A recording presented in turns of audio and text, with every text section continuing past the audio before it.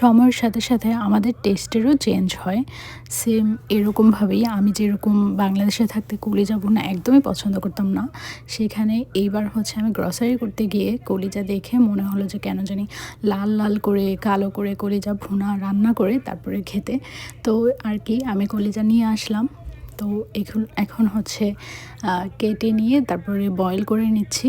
আর আমি আজকে প্রথম কলিজার ভুনা রান্না করছি নিজে নিজে।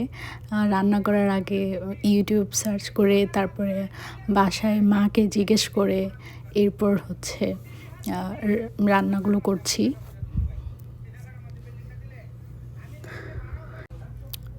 সিদ্ধ করার পর আমি এই চামড়ার মানে রাবারের মতো একটা চামড়া থাকে সেটা তুলে নিয়েছি। আর তারপর হচ্ছে পেঁয়াজ লবণ দিয়ে, যদিও আমি আজকে মশলা দেওয়ার ভিডিওগুলো শ্যুট করতে পারিনি, যাই হোক এখানে অ্যাজ ইউজুয়াল মশলা দেওয়া হয়েছে, মরিচের গুঁড়া, হলুদ, ধনিয়া, জিরা এগুলো। তারপর শেষের দিকে হচ্ছে কাঁচামরিচ আর পেঁয়াজ দিয়ে দিলাম। এরপর কিছুক্ষণ ঢাকনা দিয়ে রেখে এটাকে হচ্ছে আমি পরে পেঁয়াজ বেরেস্তা দিয়ে গার্নিশ করেছি। আর এই তো দেখতে পাচ্ছেন পরোটা দিয়ে এটা খুবই খুবই ভালো লেগেছে।